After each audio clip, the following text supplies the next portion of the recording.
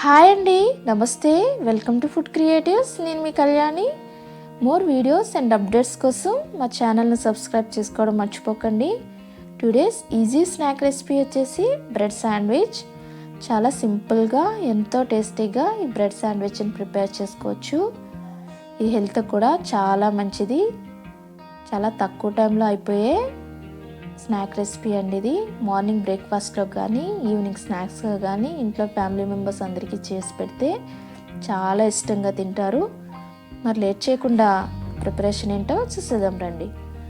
ఇక్కడ నేను 4 bread slices, 1 carrot, 2 tomatoes, 3 chillies, కొద్దిగా కొత్తిమీర, 1 ఆనియన్ తీసుకున్నాను. క్యారెట్ని ఇలా గ్రేట్ చేసి పెట్టుకోవాలి. ఇలా ప్రిపేర్ చేసుకున్న తర్వాత ఆనియన్ని, టమాటోస్ని స్లైస్ కట్ చేసుకోవాలి. అలానే పచ్చిమిరపకాయలు సన్నగా కట్ చేసుకోవాలి. కొత్తిమీరని కూడా సన్నగా కట్ చేసుకోవాలి. ఇక్కడ నేను అమూల్ చీజ్ తీసుకున్నానండి. దీన్ని కూడా సన్నగా పీసెస్ని కట్ చేసుకోవాలి. ఒక బ్రెడ్ తీసుకుని దీనిపైన ఇలా 2 ఆనియన్స్ని అరేంజ్ చేసుకోవాలి. అలానే టమాటో స్లైసెస్ని కూడా ఇలా అరేంజ్ చేసుకుని పెట్టుకోవాలి.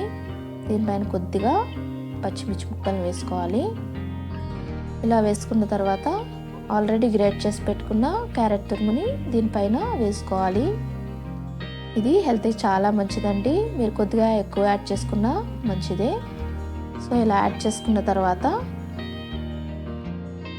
కొద్దిగా కొత్తిమీరని యాడ్ చేసుకోవాలి. ఆల్రెడీ కట్ చేసి పెట్టుకున్న చీజ్ పీసెస్ని దీనిపైన ఇలా అరేంజ్ చేసుకోవాలి. ఇలా పెట్టుకున్న తర్వాత కొద్దిగా పెప్పర్ పౌడర్, అలానే సాల్ట్ కూడా యాడ్ చేసుకోవాలి. ఇలా ప్రిపేర్ చేసుకున్న తర్వాత వేరే బ్రెడ్ స్లైస్ తీసుకుని దీనిపైన పెట్టేసుకోవాలి. చూస్తున్నారు కదా, చాలా సింపుల్ ప్రాసెస్ అండి. అలానే వేరే బ్రెడ్ స్లైస్ కూడా తీసుకుని ఇలానే ఆనియన్ స్లైసెస్ని, టమాటో స్లైసెస్ని, కొద్దిగా పచ్చిమిర్చి, క్యారెట్ తురుము, అలానే కొద్దిగా కొత్తిమీర, చీజ్ పీసెస్ని కూడా వేసుకోవాలి. దీనిపైన కొద్దిగా పెప్పర్ పౌడర్, సాల్ట్ వేసుకోవాలి. వేరే బ్రెడ్ స్లైస్ని ఇలా అరేంజ్ చేసి పెట్టుకోవాలి. స్టవ్ పైన పాన్ పెట్టుకుని 1 టేబుల్ స్పూన్ బటర్ యాడ్ చేసుకోవాలి. బటర్ ప్లేస్లో ఆయిల్ అయినా యాడ్ చేసుకోవచ్చు. ఈ బటర్ మెల్ట్ అయిన తర్వాత బ్రెడ్ స్లైసెస్ని దీనిపైన పెట్టుకుని రోస్ట్ చేసుకోవాలి. ఇది రోస్ట్ అవ్వడానికి 2-3 మినిట్స్ పడుతుందండి. లైట్ గోల్డెన్ కలర్ వచ్చే వరకు రోస్ట్ చేసుకోవాలి. చూస్తున్నారు కదా, మంచి కలర్ వచ్చింది. దీన్ని కూడా అలానే టర్న్ చేసుకోవాలి. చూస్తున్నారు కదా, ఇవి బాగా రోస్ట్ అయిపోయినాయి. వీటిని ప్లేట్లోకి తీసేసుకుందాం. ఎంత ఈజీగా ప్రిపేర్ అయిపోయింది కదండి. చాలా హెల్దీ అండి ఇదైతే. పిల్లలు భలే ఇష్టంగా తింటారు.